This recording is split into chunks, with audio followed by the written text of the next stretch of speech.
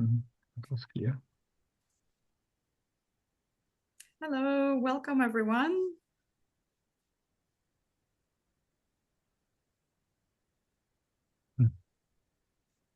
Hello, good morning, good afternoon. Hello. Good morning. Hello.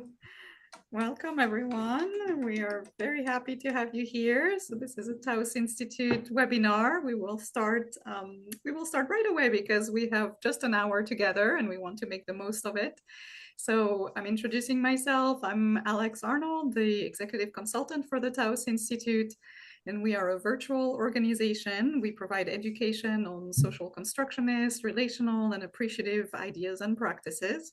We do this through many different channels. So we have an online community, the Taos Institute Commons, that you have probably joined since you're here at this webinar. And we encourage you to keep participating, posting comments, participating in discussions. You can post announcements, new books, call for papers. So there are lots of resources to share in the community.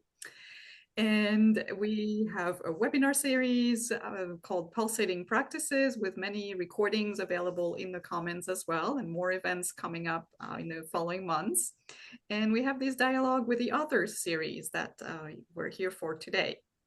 We also have an online course, we do conferences and workshops, so lots of activities, and we hope that you enjoy our resources and will continue to interact with the Taos Institute. So I will pass it on very quickly to Theresa Southam. So thank you so much for hosting this event today, and congratulations again for your new book. So that is Transforming Trauma Through Social Change, and she will guide us through this conversation for the next hour. So welcome, Theresa. Thanks, Alex. Really appreciate that. Welcome, everybody. It's nice to see you. If you'd like to introduce yourself in the chat in terms of where you're coming from, it's always interesting to see where everybody's coming from this morning for me. And I'm sure evening for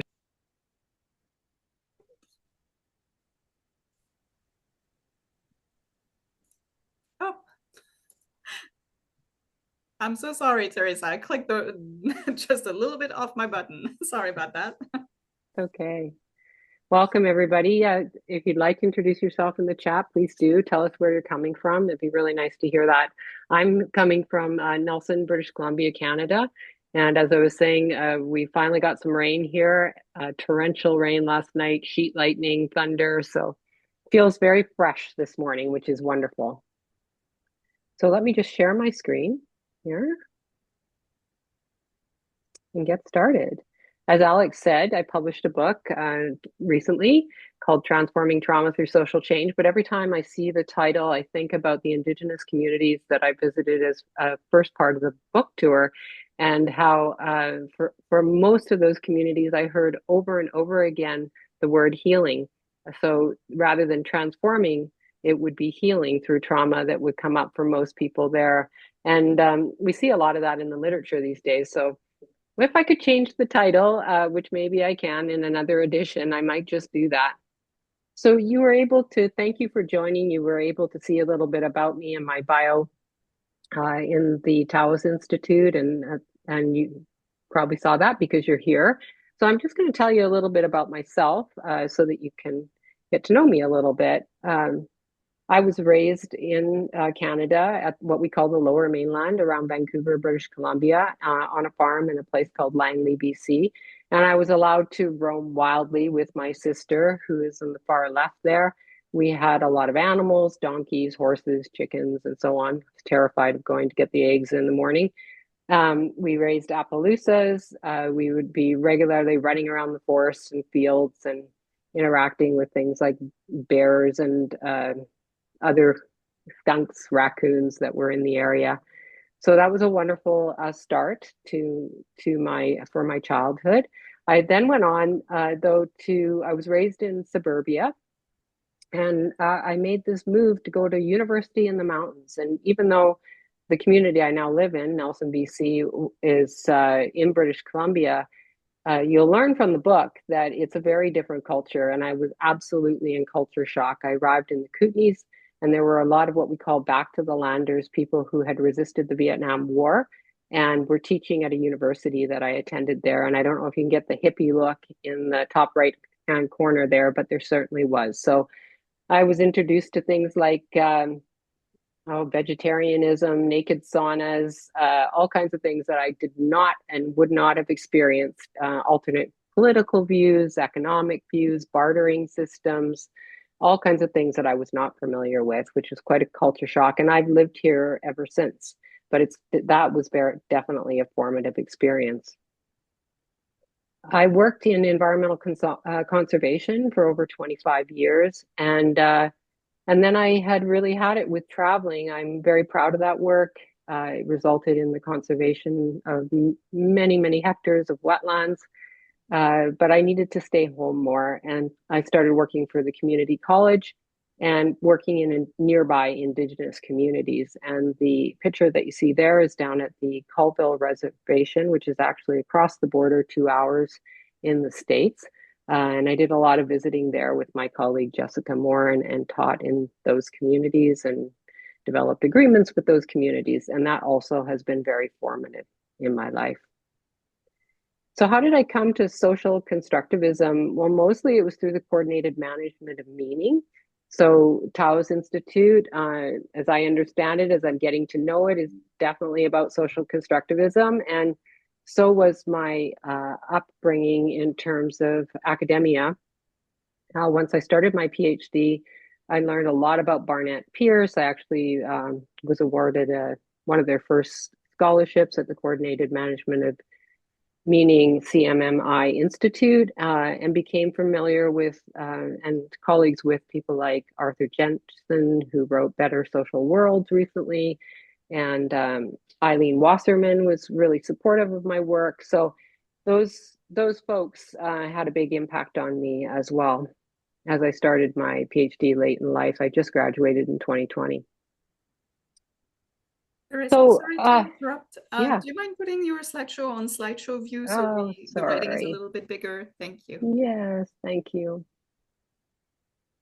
Yeah, sorry about that. So, I got introduced to grief and trauma, and I'll tell you a little bit more about that through my dissertation and the older adults that I followed around in their communities. But right from the get-go, I understood it from a social perspective.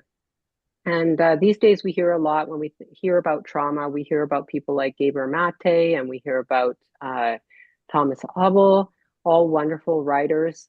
But at the time, they were really talking about an individualized approach to trauma. And Judith Herman, almost 30 years ago, also issued a book right around the time that Bessel van Korp did, and The Body Says No, who was also taking a very individual approach. But Judith Herman, right from the beginning, took a social approach to trauma, saying that women who are experiencing sexual violence, for example, can get individual therapy, and that was very good. But if they came back into a world where they were surrounded by a culture that accepted sexual violence, they couldn't completely heal. So in all of the kind of traumas that we feel, whether that's environmental trauma, trauma from war, if the world isn't changing after we've suffered this trauma and we see no hope, we see no Me Too movements, then we aren't going to be able to completely heal from trauma. And I loved Judith's work. I don't know if you know her story, but she published her first work about 30 years ago. And then she was speaking at Harvard, where she works, and she came off the stage and fell off the stage, missed a step, and had an injury that caused unbearable pain and suffered with that for decades and became addicted to medication. Recently, there was the good news is a life-changing operation that allowed her to surmount her pain. And now she is publishing again, but still publishing from this very social perspective on trauma. And I've been very impacted by that for sure. So here, this is the arc of my book, and it came from my dissertation. They're very different, my dissertation and the book, but they have some similarities in terms of the way the chapters are organized. And So as I said, I followed around 9 adults, three in each of three of different communities, who were told to me by community organizations over and over again to be wise, generative, and transcendent. And I was really interested in their life stories and following them around in their daily lives, which I did in an ethnography. And I saw that in these 9 individuals over the age of 70, that their lives had a trajectory. They all had grief and trauma. As Gaber Mate would say, there's nobody who does not, it's a big tent, and we all have some kind of either grief or trauma in our lives. They were all able to get safety and acknowledgement, to be able to safely share their trauma and eventually feel gratitude for the lessons they had learned and grow from those experiences, whether they were grief or trauma. And eventually, this was the real hooker, they were able to give back to their communities and to care. And the way that they did that was not only individual again, but was movements for social justice. They were all very involved in some sort of movement for social justice. And they were exemplars of giving back to their community. In your PhD, they say you take 1 grain of salt and then you try to make a slight difference in contribution. My slight contribution is very slight. I took an arrow that was pointing right and I turned it left. So at the top, you see dominant culture.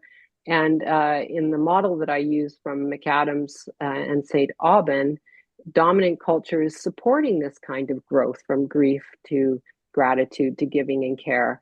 And I argued that our dominant culture right now is actually not supporting that trajectory. So that is the little grain of salt and the little contribution that I made.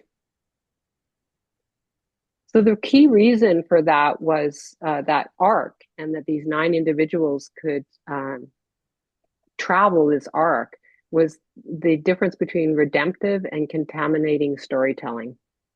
So when we tell stories about our lives, we can either have a redemptive storytelling methodology, which is things like counting your blessings, or saying, even though it might have been terrible grief and terrible trauma, I was lucky and others were not.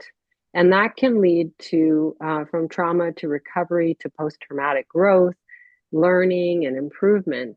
The other kinds of stories that we can tell when these terrible things happen are feelings of unfairness and unjust loss. This shouldn't have happened to me. And those do not lead to post-traumatic growth. It's an adverse effect, and there's these overwhelming feelings of injustice and loss and less resilience. So things can go either way. And in a lot of these older adults' lives, they were going the redemptive way. The incident would be described by them or the people around them, and they would explain how they had grown eventually from those situations. So in the book, I did this very differently. I chose new characters for each chapter to talk about how individuals, and some of them are here today, which is very exciting, were in their communities experiencing some kind of grief or trauma, and then able to surmount that grief and trauma and to be able to actually contribute to the larger social change in their communities. And I just felt like these stories hadn't been told enough. And so that's what I did. So I thought I'd just take a stop here now for a minute and just see if there's any 1 or 2 questions so that I can clarify if any of that didn't make sense, or you have any reflections.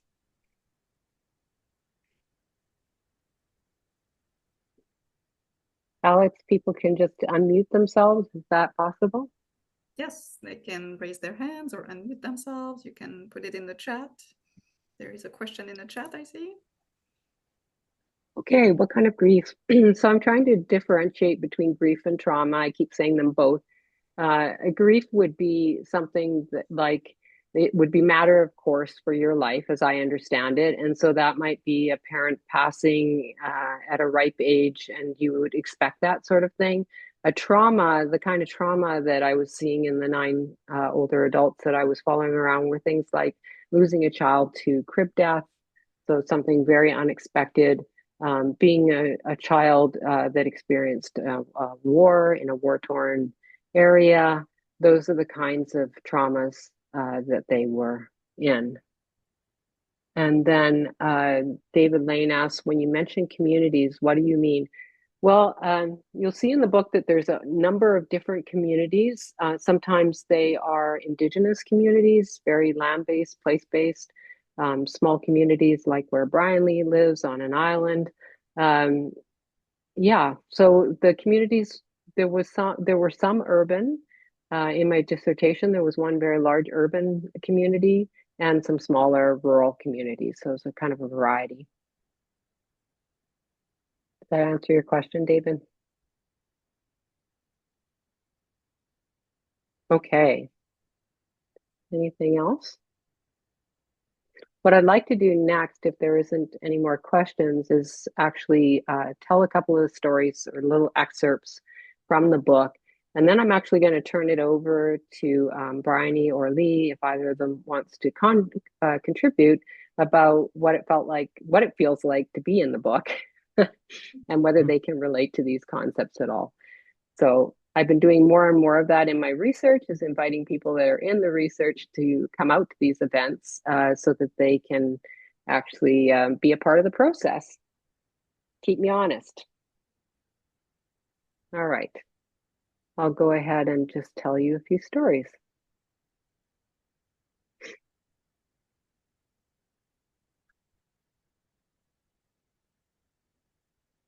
Okay, so the first story comes from Reid, and she lives here in my own community, and I got to know her through my dissertation research. She was one of those people that was talked about often, and you must talk to her. I can't tell people's whole life stories, obviously. I just tell parts of their stories. In Lee's case, it's a story that's the part that I tell mostly is in her aging. So coming from a very busy career into retirement and feeling like, what was this next stage going to be? And feeling some deep despair, both about her community and the lack of intergenerational relationships there, and just basically getting beyond the fence, as she would say. And the work that she's done in our community, which has been remarkable. Yes, she's recently been recognized as Citizen of the Year, but before that, it was much more quiet work and yet incredibly transformational. And it wasn't an easy period. I talk about in the book how it was a very dark period, but she wanted to react to these traumas that she was experiencing with changing the entire community rather than only herself. And she's gone ahead and done that through many, many initiatives, but I'll just read a very short excerpt from the book. In a relatively short time, Lee grew from someone who might have died early, lonely, and without purpose, to an older adult who would live long with purposeful contributions and relationships. She recommended during the talking circles, so she had intergenerational talking circles at the high school, which were life-changing for older adults and younger people. What I would like to see is groups of seniors serving in advisory capacities with all levels of decision-making. And actually, she's getting to that these days. Although the talking circles were robust and solutions-oriented, youth and older adults remained missing at local governance working groups. Even when strategies would impact the entire population, people at both ends of the age spectrum were missing. And that's something that she's devoted her life to and has made remarkable change in the community that I live. And this picture that you see on the far left is neighbors, sometimes 40, 50 people going into each other's gardens. You know, the fence is there and often we just don't cross it. And this was the Granny Gardening Tours, were monthly tours where neighbors would come together, have a cup of tea, a cold drink, and maybe some muffins, and actually meet each other and get to know each other's yards. Okay, another story is that of Briony Penn's, and Briony lives in a small, relatively small island called Salt Spring Island, and that our island was threatened with forestry, the clear cutting of old growth forests there, and she, like many of the incredible environmental projects that she's been involved in, put both feet forward along with many other women in the community. That if that project had been successful, it would have changed the entire community of Salt Spring Island and the way that they relate to the island, the way that people are able to spend time in nature or not, and the people that would have come with the development that might have come as a result of that forest being logged. And so she worked very hard with these other women to create change. The part of the book I'm going to read is that now that that's all passed and that work, including riding as Lady Godiva down the main streets of Vancouver where the corporate offices were of the logging company and the funders, all of that work and all of the anticipated trauma of that particular change had resulted in deepening relationships with many members of the community, but also the Indigenous community. And so in this excerpt, Briony is talking about her relationship with an Indigenous elder in her community, and how that has she's been able to share stories with him. So how do women like Briony find the strength? She too has been humbled by others. She described her admiration of Tusalum. Briony participated in a workshop, and Briony will probably say this name better for us, that Tusalum, a westernized name for Ron George, also attended. Tusalum has a family connection to Burgoyne Bay, which Briony defended during the Lady Godiva ride. Tusalum is a descendant of Hutsun, hereditary chief Tusalum Lum Humalutz and his wife Taltunat, and of their daughter Tawahiwi.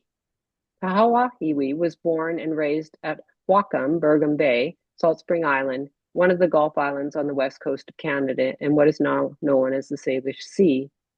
As the workshop ended, Tusalum approached Briony privately and thanked her with a gift of a drum for all that she had done to conserve the lands he also so loves.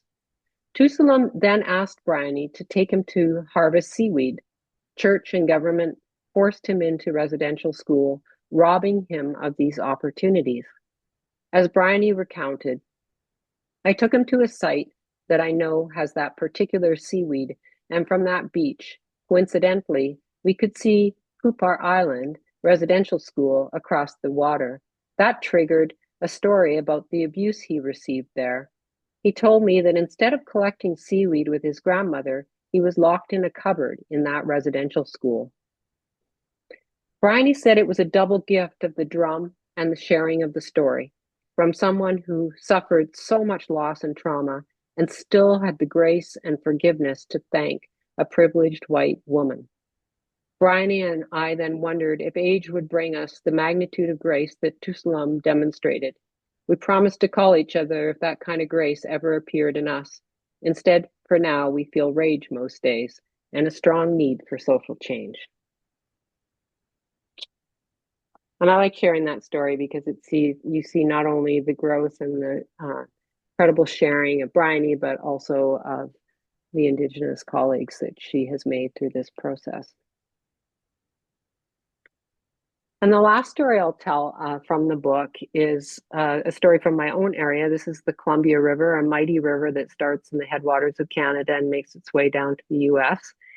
And that particular river is a place that the Sinixt people who were declared extinct once lived. Now they live south of us in the US at the Colville Reservation, and our government in Canada has declared them extinct. until recently, when the character in that chapter, chapter one, Virgil Seymour, began to advocate for change along with many other members of the Snakes Nation. And they have been successful in the last few years, and their people are no longer declared extinct. I can't imagine what it's like to be part of a people and you're told you do not exist.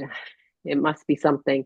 And the story that goes that the Doukhobors, another an immigrant community to this area, were the ones that actually were the ones that kind of forced the exit of the last Snakes people. There were many other things that happened before that, but the Doukhobors were kind of like the last straw, basically.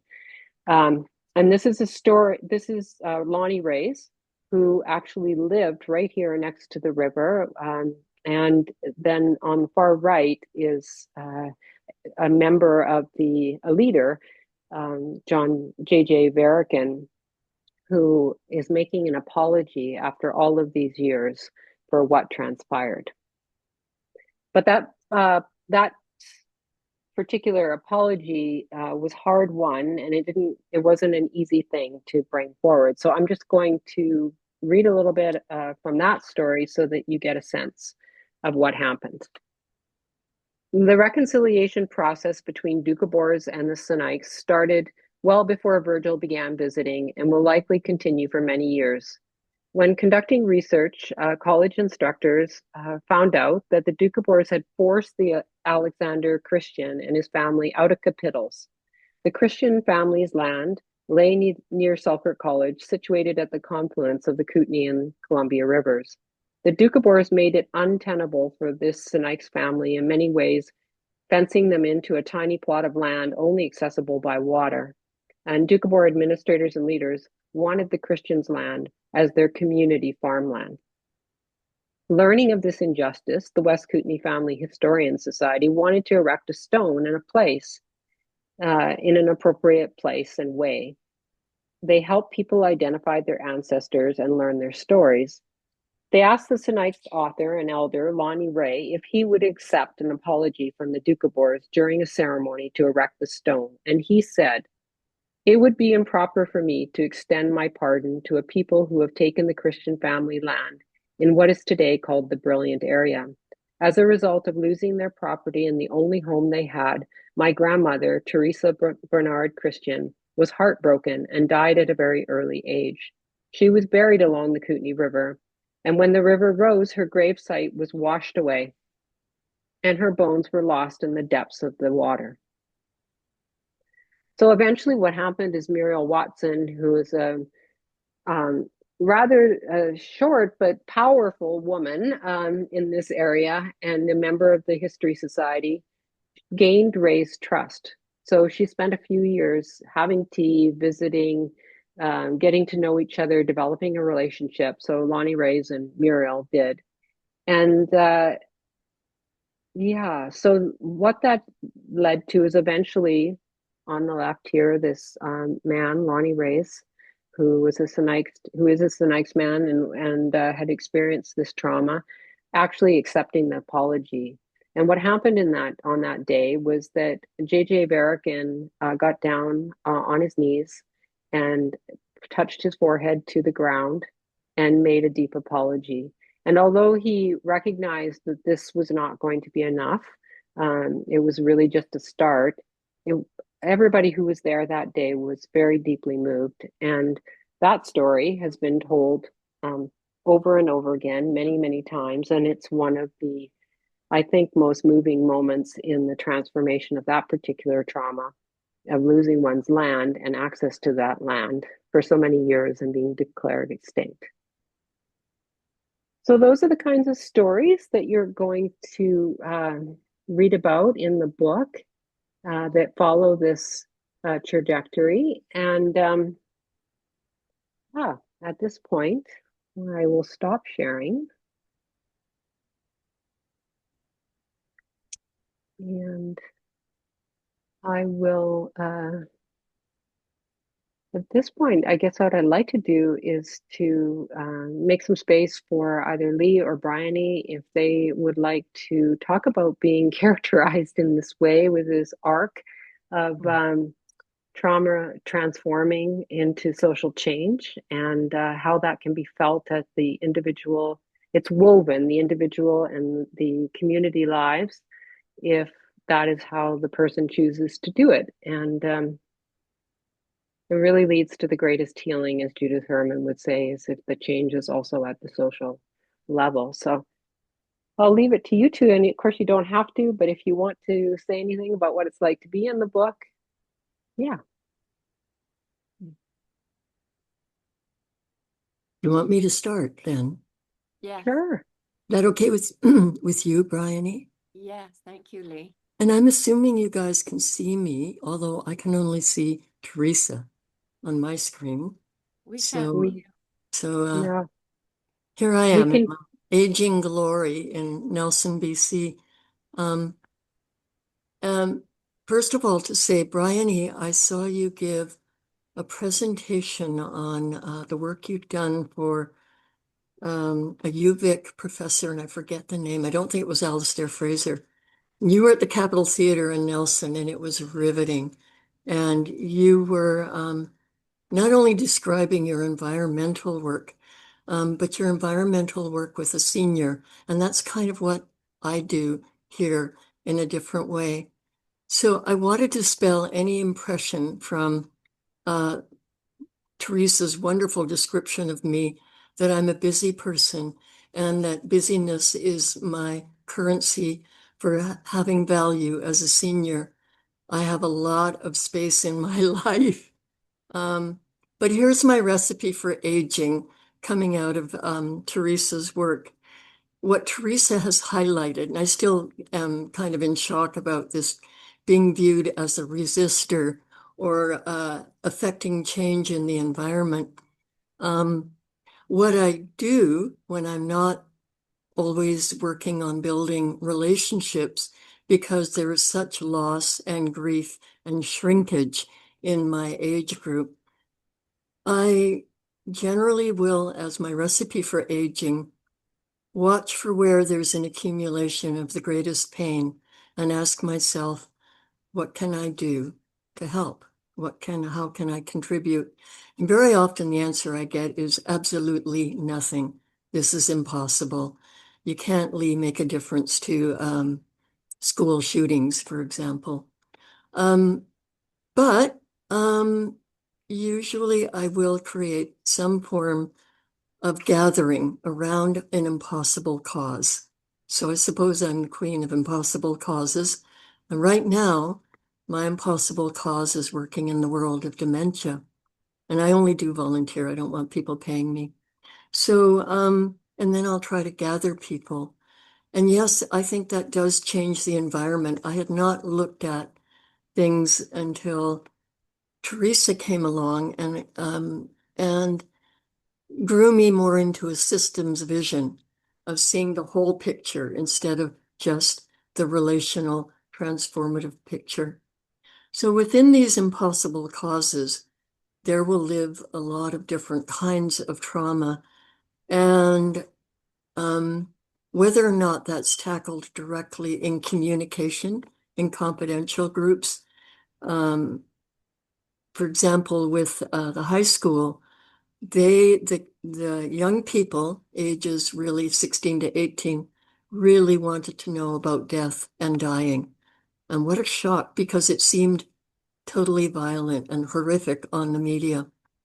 And they wanted to know real life experience of that, which brought everybody into shared vulnerability. And that's where the transformation happens, as those stories get shared and people come together in a pretty profound way. And I think that's the effect of Theresa's book and work as well. So signing off now, unless you want to do this polite, do you have questions or concerns? But I suggest you save that for the end, everybody. And Lee, we can't see you, so I don't know if, as Briony starts, you want to muddle with that a little bit, because it would be lovely to see you, but there you go. Hi everybody, I'm Briony, and I have my clothes on for this picture, which it's realizing says sort of be exposed in my younger self um, on my horse. I'm. I just wanted to start. In terms of gratitude, I just wanted to start with some gratitude for Theresa, because having worked with her for many years. I'm not I feel that Teresa's been as much a mentor, and if I've been a mentor to her, it was kind of accidental. And I know that Theresa was mentored very much by Neil Main, and I would say that, you know, one of the beauties of her deep dive into these things that just happen, you know, you're not aware of where you are in sort of society, and you're trying to make sense of it. Um, I think Teresa's done us a great um, uh, sort of not a compliment, but just trying to make sense of how we fit into this larger conversation about what in fact we were doing, because it felt like so much of my life I was kind of going up the traveling up the river. But as most salmon will know, it's a lot easier to go up a river when you have a whole lot of people going up the river with you.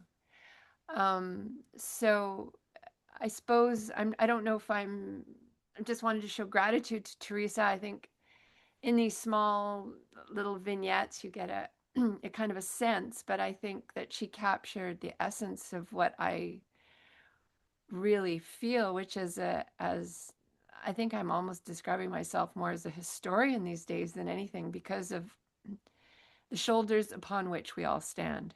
And I've been so lucky to have met the most extraordinary people in my life, that modeled such uh, incredible ways of engaging um, people to work together. I mean, it's just as simple as that. And so I was working on a book with an elder, Wahed Cecil Paul.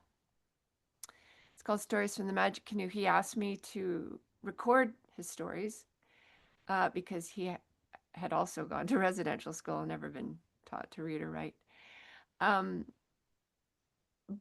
his story, Magic Canoe, is based on a long teaching, a long Hanaksala teaching that when you're in turbulent waters, there's a magic canoe, because there's no end of places for people to get into that canoe to work together, and provided that you're all kind of working towards the common goal, which is to get to your destination up the river.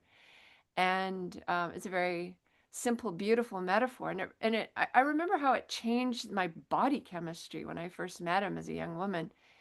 I was like, oh, I'm being invited into a task.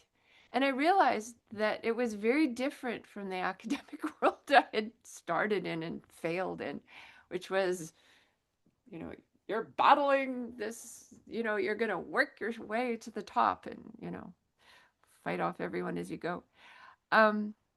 So anyway, I just wanted to say that I'm deeply grateful to Theresa, because she allowed me to really voice what I feel is a very important conversation, which is that we really need to be the traumas of the 20th century alone require so much collective effort, and it really is in the groups together. I mean, these fabulous moments in my life where I'm working with this incredible cross section of people, and you're all in the canoe together, and you're all battling away, and you all know what your role is, and you just it's such a simple thing, and it seems what we need more of. So thank you for that opportunity, and nice to meet you, Lee.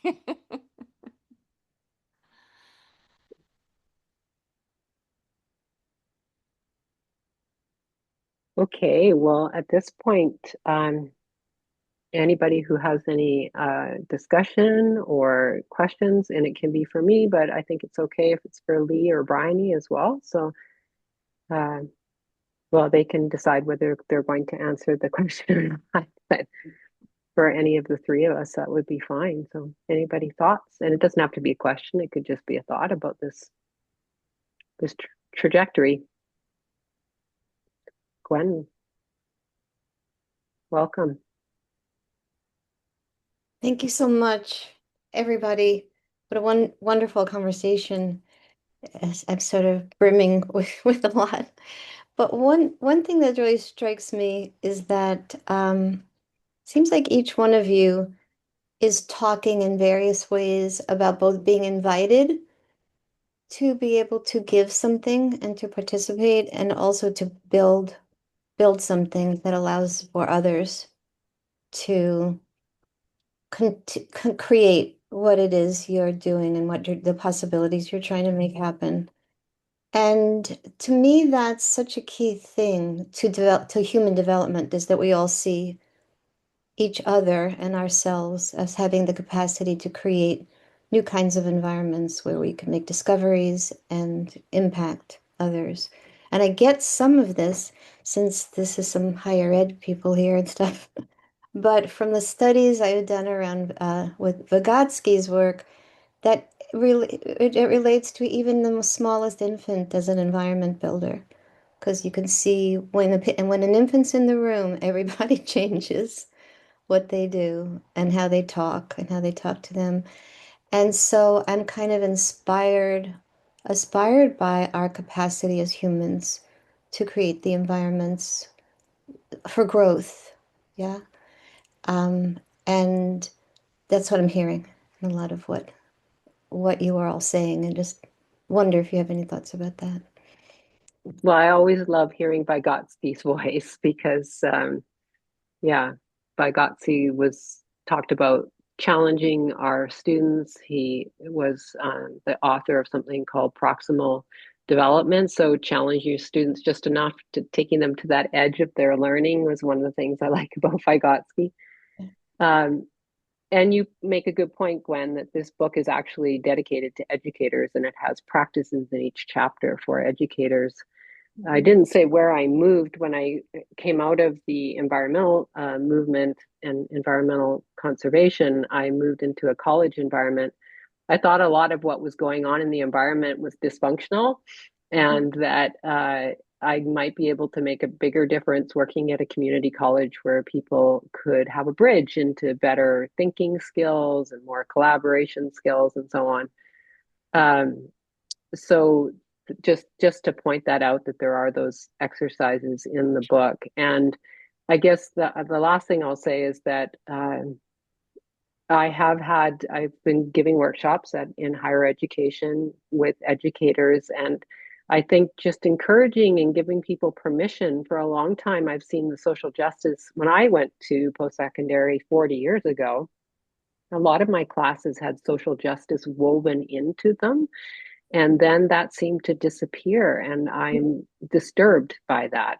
This idea that we somehow sanitize post-secondary education and that we can't take on any causes with our students. And this is at the same time that statistics are showing that the amount of grief and trauma and loss in our students and the anxiety that they are feeling is enormous and growing. And yet this thing to be part of social change that we could offer them. And as the educator, as a higher education educator, I know that it's a lot of work to weave in social justice, but the potential that it has involving young students, and it doesn't just have to be in higher ed. My daughter went to a school that was called Wildflower. That'll give you a hint. It was a public-private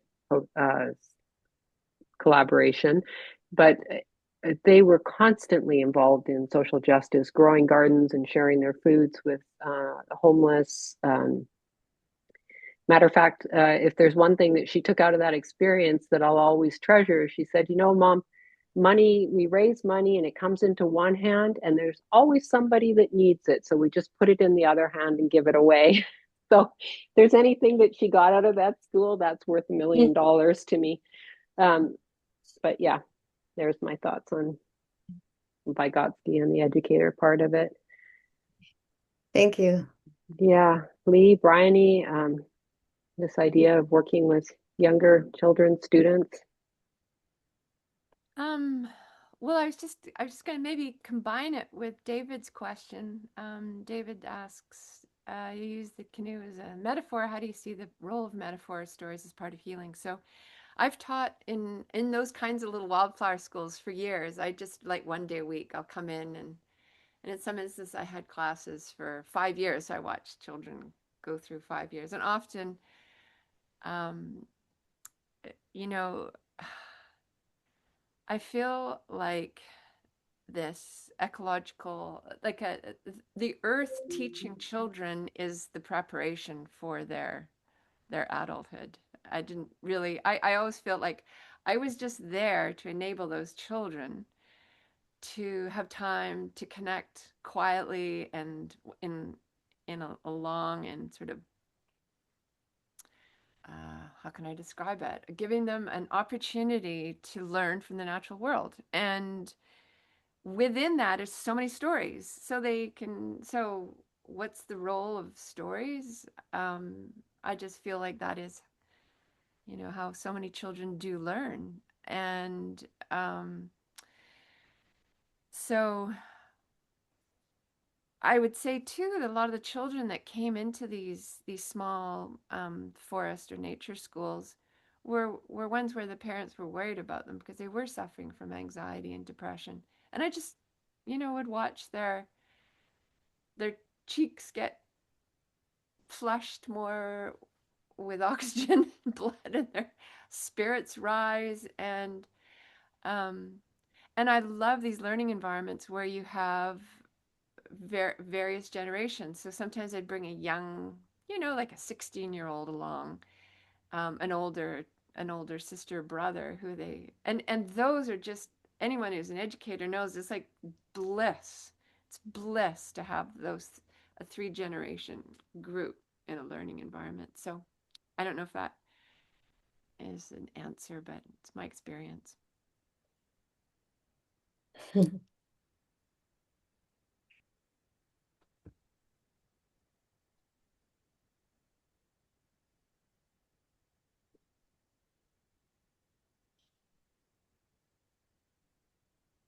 Yeah, David, I would say that it's not only that official bans on ideas and this kind of, as you said, deliberately excluded these ideas, saying we should be concerned with facts. He banned the use of the phrase "every child matters." There's not only these official bans that we experience as well here in Canada, but there's just a culture of keep it, be very wary of mentioning any particular religious group, any political bias, coming on one side of the issue over the other. And that's not what I'm talking about. I'm talking about exploration. The foreword to the book is written by this wonderful woman who teaches at Simon Fraser University, Cher Hill, and she talks about how her exploration with students just at first started about going out to a creek. She's been doing it for some 20 years now, and it just started with going out with the creek. And so she would take her education students that go by the creek, and then they began to learn about the creek from a biological point of view. But then they began to notice that this particular creek, one of the last daylighted creeks in Vancouver, also had a lot of homeless people on it. And so the kinds of social movements that they were beginning to engage in, they just kept growing and growing. First, it was conservation of the banks of the creek, and then it became homelessness because that was one of the places that unhoused people could live. And then they started looking at addictions. And so the expansion of the movements that she's got her students involved in and them winding their way through it, not being politically tied to any particular side or any kind of economic system, but allowing the students to explore that. What a shame that we would shut down those kinds of things. What a shame it is. that to me is not education. I don't, I think without being able to express, and I guess here in BC, we're seeing phenomenal cutbacks right now in post-secondary education as a result of a cap on international students in Canada, and which is another kind of colonization, which I write about in chapter 4. But regardless, what's coming with it is more of this censorship about what we can and can't say, to the degree that I never thought I would see in my career. Absolutely. So with that tightening down financially, unfortunately, I'm not seeing an opening up of ideas. I'm seeing more tightening down. Yeah.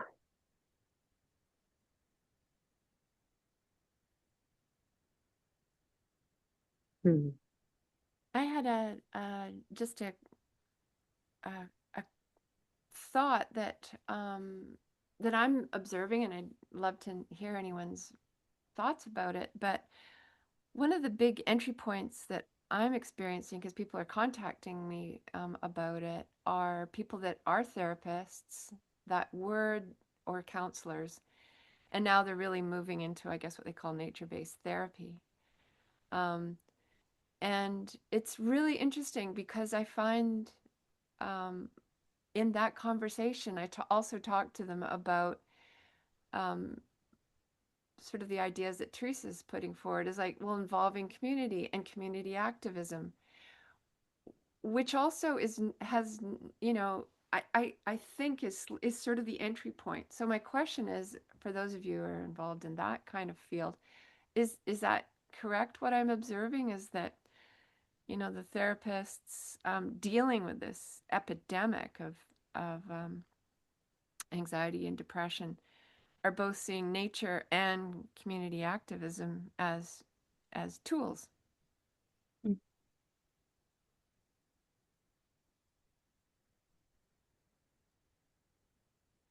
And just leave the floor open if there's anybody has a comment about that.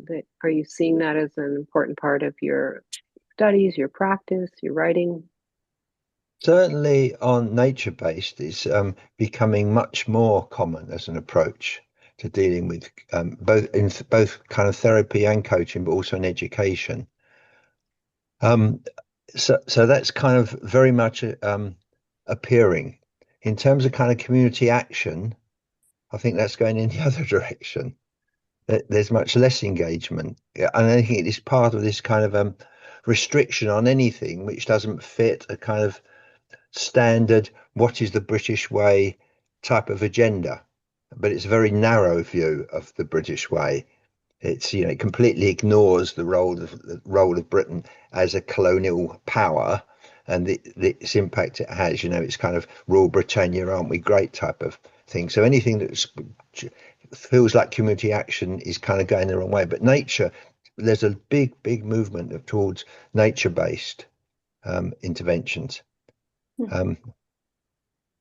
And in a sense, it's kind of there from the past, you know, because like forest schools and things were things my kids did when they were younger, and they got a lot out of it. You know, I spent my whole life in parks and woods and things as a child. So for me, it kind of makes a lot of sense. But absolutely, yes, we're seeing a lot of that, but unfortunately, much less of community action.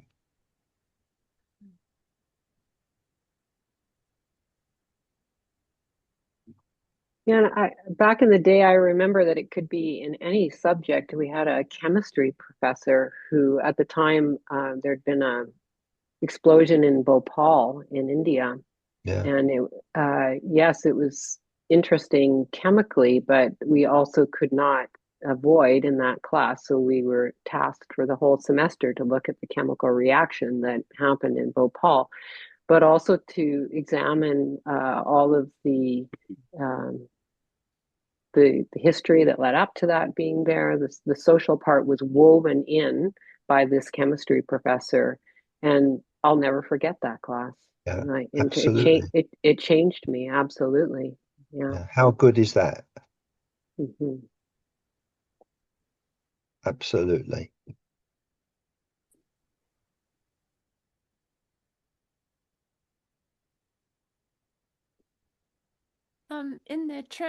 I know in the transition movement in the UK, there's been, kind of a resurgence. Is that something that kind of ties into community learning, like the role of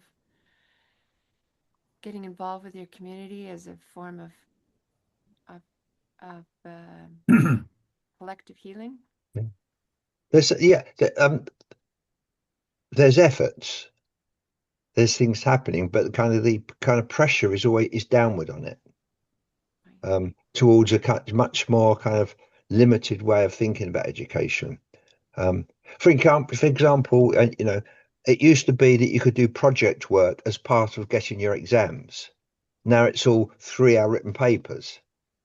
Project work doesn't count as in any way the way it used to before. And a lot of people were doing students were doing interesting project work at school. But that's not there in the way it used to be. And so that kind of narrowing of our curriculum has been a real problem. Yeah. Any final thoughts? Any other thoughts about this? Well, I can add one more thing. Or Luke, go ahead. No. Time is short, I think, before 7 o'clock in the Netherlands. But I was listening today to your story, which I do really appreciate, Theresa, your stories and your view on education. And I think it's very interesting from the viewpoint of social constructionism with the N, is that the missing link is, I think, the relational aspect in education. So what we see in the Netherlands, and I see in the Western world, is that education has many years focused on more the individual and the learning of the individual and test and control and all these kind of things, and not as seeing the child or the pupil as a whole person. And learning happens between people, not in the minds or heads of people. That's the interesting thing of social construction, where Ken Gergen is writing about. So I think with all these discussions, when we would make our vision more relational in our educational system, seeing that we need each other to learn, in combination, learning also from environment, that would be very important, I think. So I'm working for more than 40 years now in education, very optimistical person, but still I think there's to do a lot of work, I think, yes. Mm-hmm. Mhm.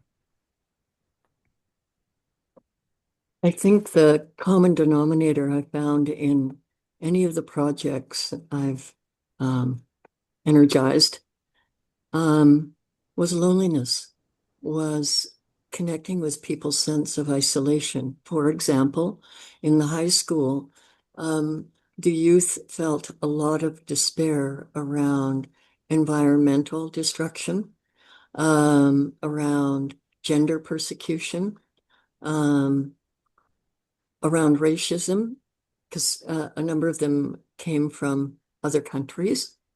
And despite all their screen time, the loneliness was very clear.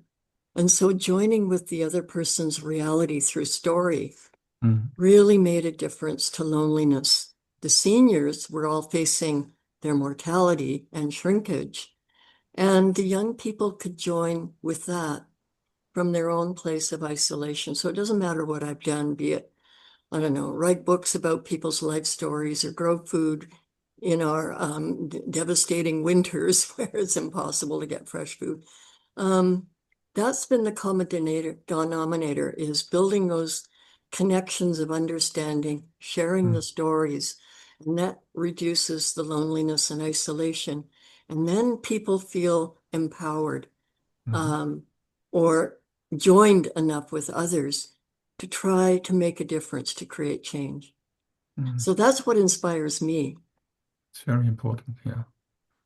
So it comes very close to this relational approach, I think. Yes, it is. So I think education in essence is relational. And I think many people sometimes forget this.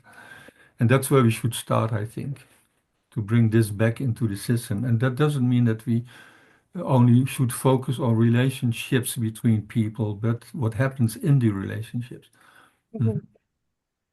And I think in my work, it's very magical when I also hear you, Lee, talking about it, when you see people connecting, young people, old people together in an organization or school or whatever, then there's another energy, there's something happening, and people are feeling more, their well-being is improved, and et cetera, et cetera. So that's what's happening in my teacher training organization in the Netherlands, where there's a high focus on this relational aspect between these young learning teachers, and that's what the young people also like, I think.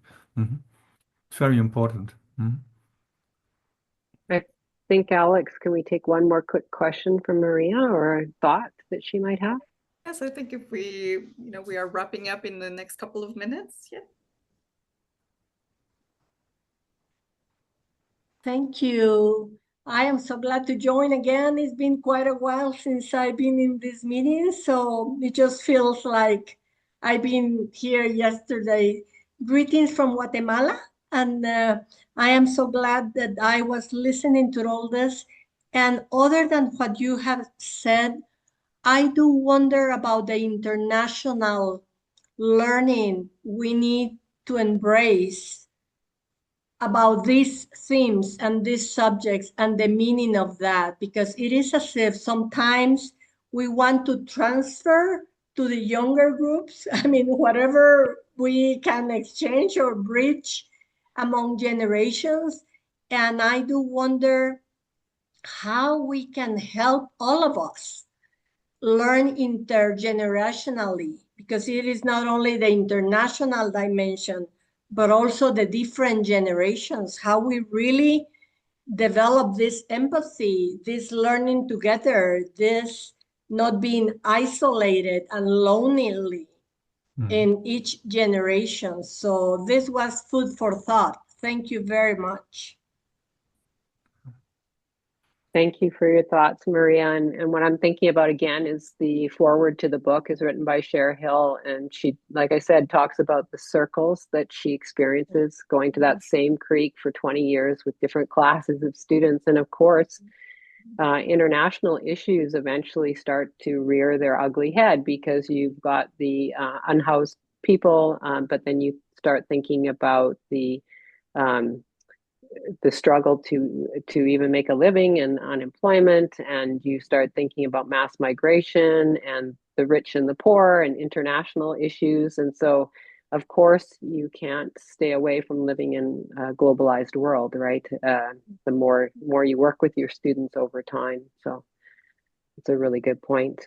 Well, I'd just like to leave, it's 10 o'clock now, but I hope that as you leave today, you will go away in your own mind. If you can reflect on the things that were coming up for you as we had some time together today. And if there's one thing that you're feeling gratitude for, I imagine many of you have walked the trajectory that I talked about. That is the arc for the book.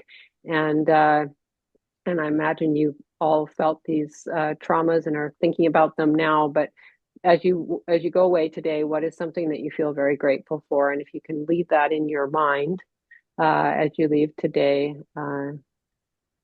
I'm going to leave with the thought of my granddaughter who lives in this town and was just born a few weeks ago, and having so much gratitude for her. But yeah, I hope you will leave with some of your own personal gratitude. And thanks for coming today. Thank you. Thank you, everyone, for joining us today. Thank you, Theresa, for sharing your book and your stories. Briony and Lee, we're very grateful that you were joining and participating in the conversation today. So stay connected. You can feel free to post your questions in the Taos Institute comments. Keep interacting and sharing these wonderful stories and resources and ideas with everyone. And the recording will be posted there and available to everyone as well in the next few days. So have a nice rest of your day, evening, everyone. Goodbye. Bye-bye. Bye-bye.